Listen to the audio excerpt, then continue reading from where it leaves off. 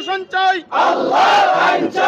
খাগড়াছড়ি পার্বত্য জেলাধীন মাটিরাঙ্গা উপজেলার ইতিহাসে এই প্রথম বাংলাদেশ জামাত ইসলামের উদ্যোগে মাটিরাঙ্গা বাজারে গণসংযোগ পক্ষ অনুষ্ঠিত হয়েছে। এই পথসভায় প্রধান অতিথি হিসেবে উপস্থিত ছিলেন বাংলাদেশ সুপ্রিম কোর্টের আইনজীবী অ্যাডভোকেট ইয়াকুব আলী চৌধুরী, সম্ভাব্য পদপ্রার্থী 298 নং জাতীয় সংসদ, খাগড়াছড়ি পার্বত্য জেলা।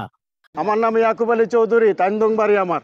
প্রিয় খাগড়াছড়িবাসী, আসসালামু আলাইকুম রহমতুল্লাহ। বাংলাদেশ জামাত ইসলামী 11 এপ্রিল থেকে 25 এপ্রিল পর্যন্ত 15 দিনব্যাপী সারা দেশে আমাদের গণসংযোগ পক্ষ অনুষ্ঠিত হচ্ছে।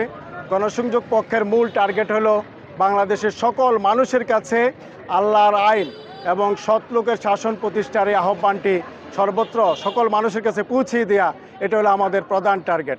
এবং খাগড়াছড়িতেও আমরা দল মত নির্বিশেষে হিন্দু, বৌদ্ধ, খ্রিস্টান, চাকমা, ত্রিপুরা, মারমা সকল শ্রেণীর মানুষের কাছে এবং সকল দলের মানুষের কাছে আমরা দিনের আহ্বান পৌঁছানোর জন্য আমরা দাওয়াতি কাজ করছি।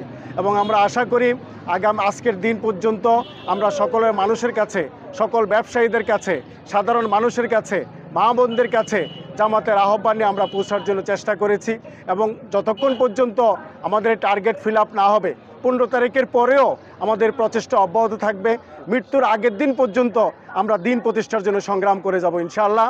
এবং আমি সকলকেই, খাগড়াছড়িবাসীর সর্বস্তরের জনগণকে যে বলবো যে 54 বছরে অনেক সরকার পরিবর্তন করেছেন, অনেক পরিবর্তন এনেছেন। এবার জামাতকে দেখেন, জামাত আল্লাহর আইন চালু করতে চায়, সৎ লোকের শাসন চালু করতে চায়, দুর্নীতিমুক্ত রাষ্ট্র চায়, চাঁদাবাজ মুক্ত একটি রাষ্ট্র চায়। জামাতকে আমরা একবারের জন্য ফেভার করি, জামাতকে আমরা সহযোগিতা করি। আগামী দিনে একটি কল্যাণমূলক রাষ্ট্র গঠন করার জন্য সকলকে সহযোগিতা করার জন্য, সমর্থন করার জন্য, সহযোগী হওয়ার জন্য, সমর্থক হওয়ার জন্য আহ্বান জানিয়ে বক্তব্য শেষ করছি। আসসালামু আলাইকুম। মাটিরাঙ্গা বাজারের এমন কোনো দোকানই বাদ পড়েনি যার কাছে দিন কায়েমের আন্দোলনের দাওয়াত আজ পৌঁছানো হয়নি। আপনারা জামাতকে এবার ফেভার করেন। অনেক সরকারই তো আসছে গেছে, কেমন জামাতকে আমরা একবার টেস্ট করি কেমন।